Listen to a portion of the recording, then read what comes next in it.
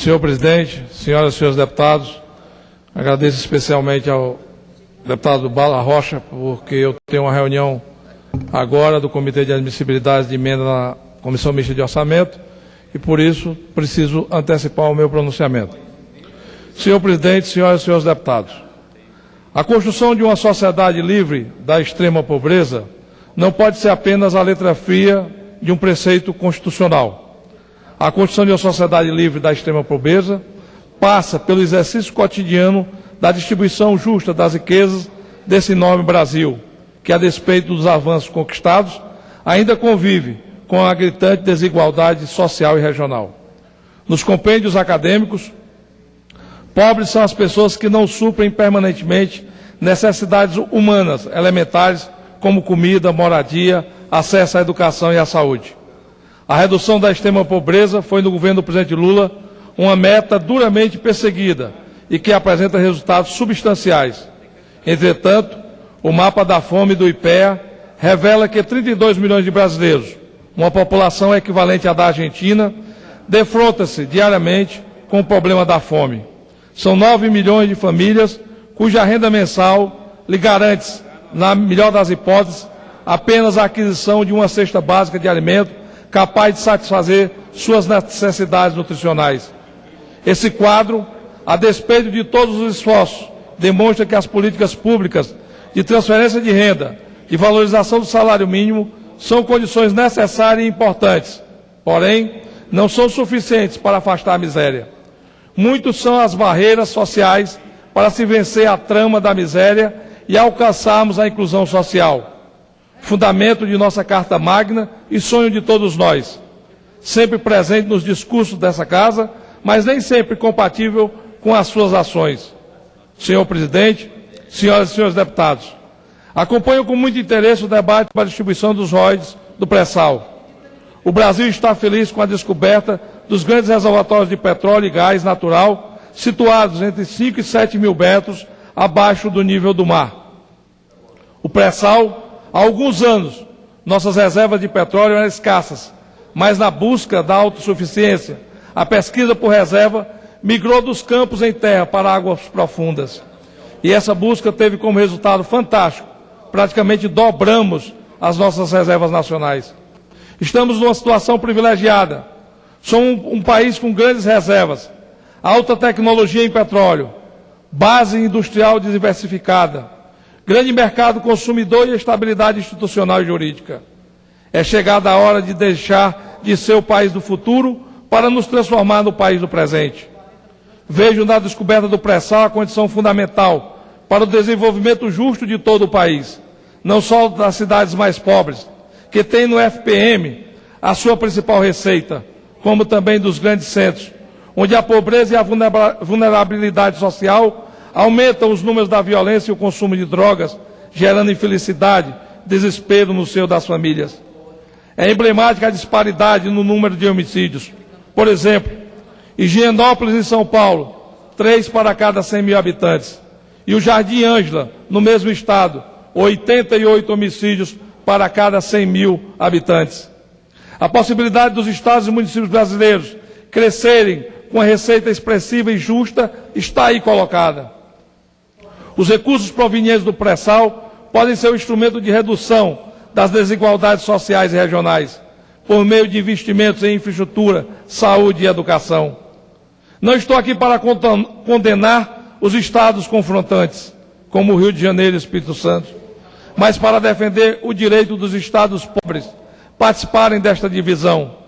Os royalties do pré-sal são a riqueza do Brasil, portanto, pertencem a cada um de nós brasileiros.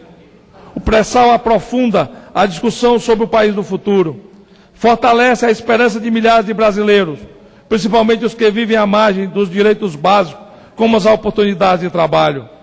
O petróleo do pré-sal reaviva o sonho do acesso pleno a esses direitos sociais. É natural que os estados confrontantes, por necessitarem de maior infraestrutura, recebam uma parte maior, mas não é justo alijar os demais estados dessa partilha. É hora de lutarmos para defender essas riquezas naturais do nosso país. E mais ainda, é hora de lutarmos para garantir que os recursos beneficiem a todos os brasileiros, principalmente os mais necessitados. O combate à pobreza se faz com investimentos, com aporte de recursos públicos em obras estruturantes, estabelecendo pilares para o desenvolvimento sustentável. Poucos são os países ricos em petróleo que investem nesse bem para garantir um grande futuro às próximas gerações. Que sigamos o exemplo da Noruega, que utiliza a riqueza petrolífera que tem, investindo na educação e na qualidade de vida do seu povo. A fundamentação utilizada para se aprovar a emenda Ibsen Pinheiro é de que o mar, a zona contígua, a plataforma continental e a zona economicamente exclusiva não pertencem a nenhum dos estados ou municípios, pertencem à União. Partindo dessa correta premissa, os royalties advindos do subsolo de qualquer estado, como, por exemplo, a extração do minério, devem ser divididos uniformemente a todos. O veto do presidente Lula à emenda Ibsen Pinheiro criou um novo cenário, reabrindo o debate em busca de uma partilha mais solidária. O relatório proposto pelo senador Vital do Rego, aprovado no Senado em outubro último, traz uma nova proposta que devemos discuti-la no sentido de buscar um consenso que atenda a todos na distribuição dessa riqueza. A mudança vai ser importante para o país inteiro. Esse é o momento de reduzir a extrema desigualdade social entre os estados do Norte, Nordeste, Sudeste e Centro-Oeste do país. Destaco que o Nordeste concentra 30% da população brasileira, porém responde por apenas 15% do produto interno bruto do país. Segundo os últimos dados do censo do IBGE, na região estão quase 60% dos extremamente pobres do país, ou 9,61 milhões de pessoas dependentes das políticas públicas de transferência de renda. Na região norte, a ausência do Estado como indutor do desenvolvimento se faz mais grave. Os números do censo do IBGE mostram que, em Roraima, estado brasileiro que detém a maior proporção de índios, 9% da população total é formada por pessoas que vivem em extrema pobreza e que não dispõem de renda própria. São recorrentes os discursos em defesa da Amazônia, um incômodo com o olhar estrangeiro sobre o chamado pulmão do mundo. A proteção de uma região ou de um povo se dá com o desenvolvimento, e desenvolvimento se faz com investimento. Os índios são apenas 0,4% do total dos brasileiros, segundo o IBGE. Representam 9% da população sem renda que vive em extrema pobreza. Esse é o retrato do abandono. É imprescindível que haja mudanças na aplicação dos recursos gerados pelo petróleo, para que beneficie prioritariamente os mais pobres e seja de fato um instrumento de combate à desigualdade regional e social.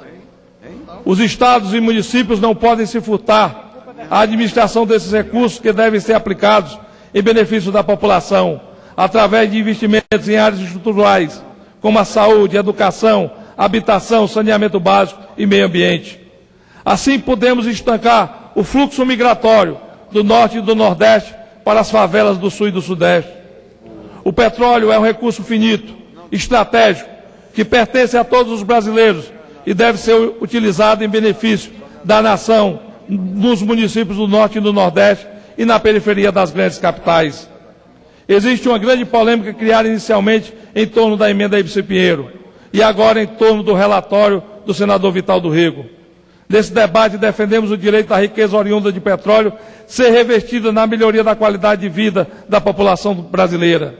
É preciso contribuir, e convoco a todos aqui presentes, para que o debate sobre a distribuição dos royalties do petróleo e o destino dos recursos da camada do pré-sal estejam entre as nossas prioridades.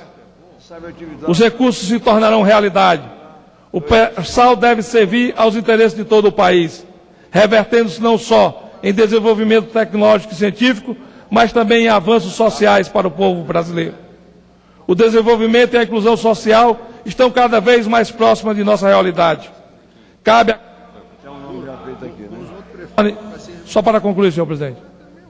Cabe a cada um de nós lutar para que se torne viável, o quanto antes, estejamos próximos a dar um grande salto para a erradicação da miséria no país.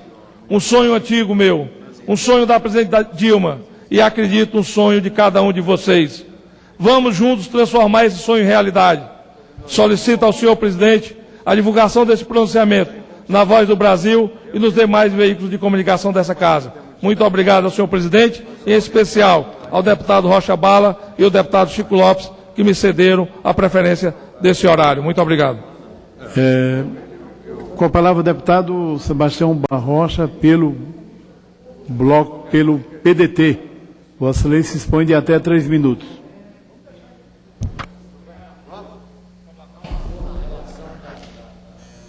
Obrigado, presidente, senhoras e senhores deputados.